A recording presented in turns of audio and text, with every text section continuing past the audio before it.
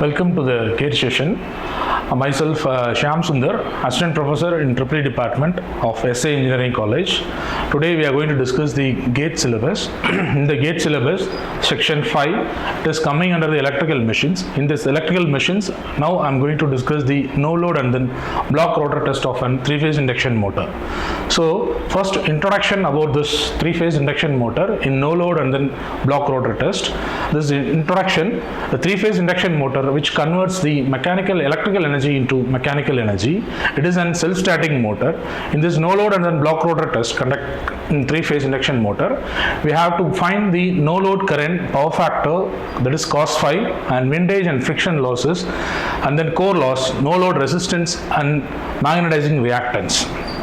In no load test, the machine is excited by rated voltage at its rated frequency. So the speed of the motor is close to that of the synchronized speed. So here the wattmeter reads no load losses and then power factor of the motor at a no load are found out by a very low value. Next to this, the block rotor test. So in this block rotor test, the brake drum is tightly hole and then it won't allow the rotor to rotate. So the machine is excited to carry the rated current and then stator winding. The excited voltage being very low, the iron losses can be neglected, and then wattmeter readings gives the total power input and then power factor at a relatively high. Now this, it shows the circuit diagram of a 3-phase induction motor. Here the source, that is a 3-phase supply, which is given as a 3-phase supply voltage, and then frequency of the motor is given. Along with this, we are having 2 wattmeter, and then here this is the load side. In the 3-phase induction motor, the mechanical load is, there is no mechanical load is provided for this, since we are discussing the no load test. So here we are having one voltmeter and then ammeter, which it will display the input voltage and then input current, and this P1 and P2 are the 2 wattmeters which we are using in this 3-phase induction motor. So following this, in the no load test, we are using the low power factor wattmeter is used as a low power. Here, since it is a no load test, the no load power is very less in an induction motor. For the no load test, applied rated voltage. So we are applying the rated voltage and then we are adjusting the auto transformer. With the help of the auto transformer, we are adjusting the rated voltage and then note down, we are supposed to note down the ammeter value, voltmeter and then wattmeter reading. In this test, the rotor is left free. As the voltage increases, the motor picks up the speed and reaches the steady state or rated speed or rated value. So following this,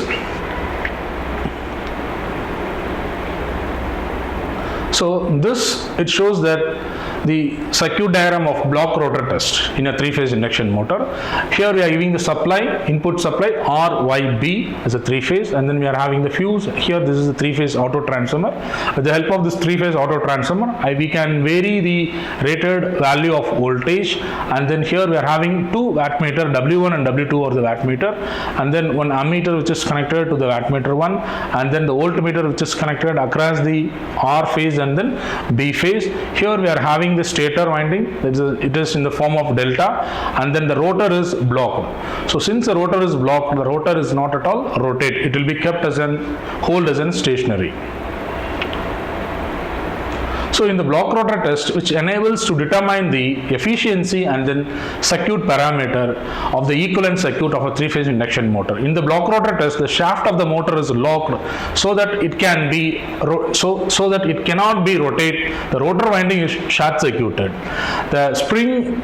The slip ring induction motor, in the slip ring induction motor, the rotor winding is short circuited through the slip ring, while the squirrel cage induction motor, the rotor bars are permanently short circuited with the help of the end rings. So the total input power in a short circuit is measured with the help of 2 wattmeter method, and it gives an algebraic sum of 2 wattmeter readings. Here a reduced voltage is applied to the stator and then rotation of the rotor is not allowed. Thus the core and then mechanical loss is negligible in block rotor test. Therefore the total input power in the block rotor test is equal to the sum of the stator copper loss and then rotor copper loss of all 3-phase induction motor. So here the ammeter reads the value of line current, that is ISCI, with the block rotor, which is corresponding to the short circuit condition. The voltmeter reads the value of reduced line voltage with the block rotor test, and therefore the input power, that is PSC, that is equal to root 3 VSCI, VSCL, ISCL or cos pi. So PSC is equal to root 3 VLIL cos phi. So in general, and then PSC, PS, that is represented as a per phase power under block rotor condition, and then ISC PH, that it represents the per phase current under the block rotor condition. This indicates the phase power and then phase current under the block rotor, and then under the block rotor condition, the current. Okay, therefore the equivalent resistance of the motor referred to the stator is RE1, that is equal to per phase power unit block rotor condition divided by square root of per phase current under the block rotor condition. So this, it shows the equivalent resistance of the motor referred to the stator. Following that, the block rotor test, as I told that the belt, with the help of the belt, the rotor is hold, and then only 15 to 20% of rated voltage is applied and increase gradually from 0 to the unit ammeter reads the full load current. So now the gate, now we are going to discuss the numerical which is asked in the gate question. So the question which is given is 5300 watts and then 50 amps are measured, results on no load test performed on the 3-phase star connected motor rated to 575 volts, 48,000 watts and then 550 amperes were also measured during the lock rotor test performed on the same motor with the help of an applied voltage of 220 volt. Determine the following values. The first thing we have to find out the stator resistance per phase, total no load apparent power, core winding and then friction resistance, magnetizing reactance, total lock rotor apparent power, total lock rotor reactive power, leakage reactance, rotor resistance at lock rotor for a slip resistance. Then the given data is stator resistance of the motor measured across two terminals is given as in 1.3 ohms. So these are the parameters we are supposed to find from the given data. So the given data is that 5300 watts is given and then 50 amps current is given at the no load condition, and then the input voltage is 575 volt and then 48,000 watts and then 150 amps of current is given during the lock rotor test. So here in this problem it is given for the no load test and then lock rotor test or block rotor test. The given data are given. This it shows your block. This it shows the equivalent circuit diagram of an induction motor. Okay. So first the given data, the no load power, total power is given as in 5300 watts and then no load current is given as in 15 amps and then voltage, line voltage is given as a 575 volt for 3-phase star connected. In the lock rotor or the block rotor test, P, that is the total power, that is given as in 48,000 watts and then total current in the lock rotor test I is given as in 150 amps and then VL, that is voltage is given in the block rotor or lock rotor test. So here it is in 240 volt and then the measured stator resistance across the two line terminal, that is R2T, that is given as in 1.3 ohms. These are the given data in this problem. So first we are going to find the stator resistance per phase. For a star connected winding resistance, the measured between the two line terminals, that is 2RS. So RS is equal to 2RST divided by 2, that is equal to 1.3 divided by 2. So we will get 0.65 ohms per phase. So following this, second one, the total no load apparent power. So here the total no load apparent power, that is equal to root 3 VL INL. INL means it is a no load. So root 3 into VL is given as a 575. So 575 into 50, you will get approximately 49.80 kVA. So this is for the total apparent power for no load, and then per phase apparent power, that is V phase, is equal to VL divided by root 3. So we'll get 331.976 volt. So following this, now we are supposed to find the stator copper loss and then core winding for the real loss. So per phase input power is equal to P phase, that is equal to PNL total divided by 3, that is given data from the numerical question, that is 5300 divided by 3 will get 1766.66 watt. So next one is the stator copper loss per phase. So stator copper loss per phase, that is P copper loss per phase, that is equal to I square R in general. So here this INL, that is given as in 50 amps, it is given in the question. So 50 square into 0.65 will get 1625 watts. And total stator copper loss, that is equal to 3 into this value, that is the stator copper loss. So 3 into 1625 will get 4875 watts. Core winding plus windage, core plus windage plus friction total loss, that is equal to P NL total minus P copper loss total.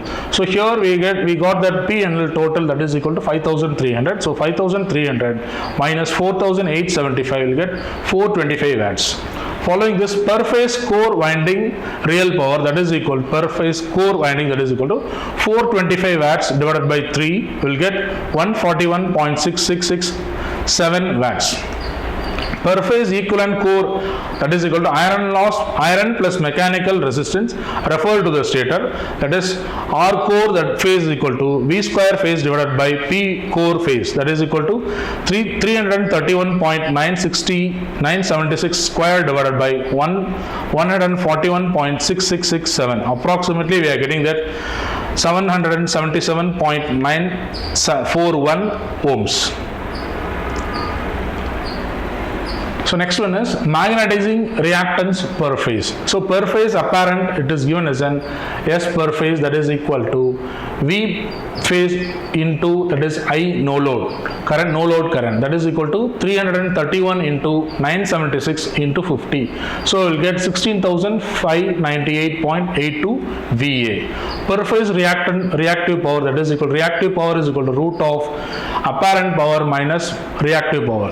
So here we'll get that 16,598.82 square minus 1766.667 square. Approximately we are getting that 4,970.15 VAR.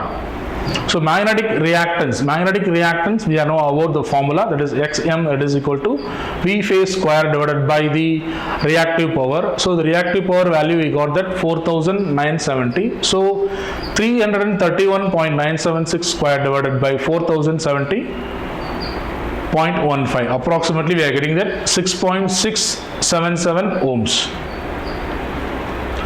So next to that, the total locked rotor apparent power. So here we are supposed to find the total locked rotor apparent power, that is SL total, that is equal to root 3 VL IL. So root 3 and then VL we got that 220.15. So root 3 into V value, that is equal to 220 and then I value, that is 150.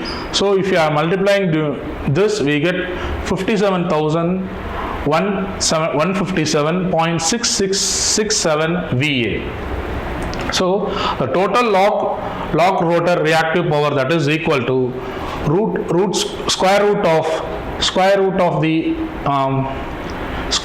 apparent power minus total power. So here we will get that 31,032.24 VAR.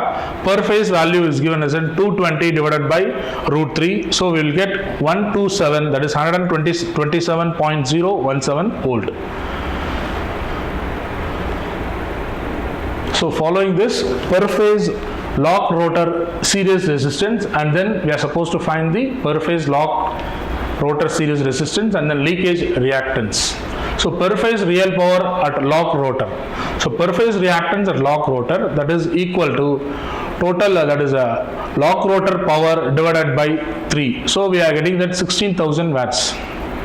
Per phase series resistance, that is equal to stator plus referred rotor from the phase for lock rotor power, that is equal to I square R. So here we will get R series in the lock rotor, that is equal to 16,000 divided by 150 square, we will get 0.777 ohms per phase. Per phase impedance magnitude, so here that per phase impedance magnitude is equal to V phase lock rotor divided by lock rotor current. So we'll get 127.017 divided by 150, we'll get 0.84678 ohms.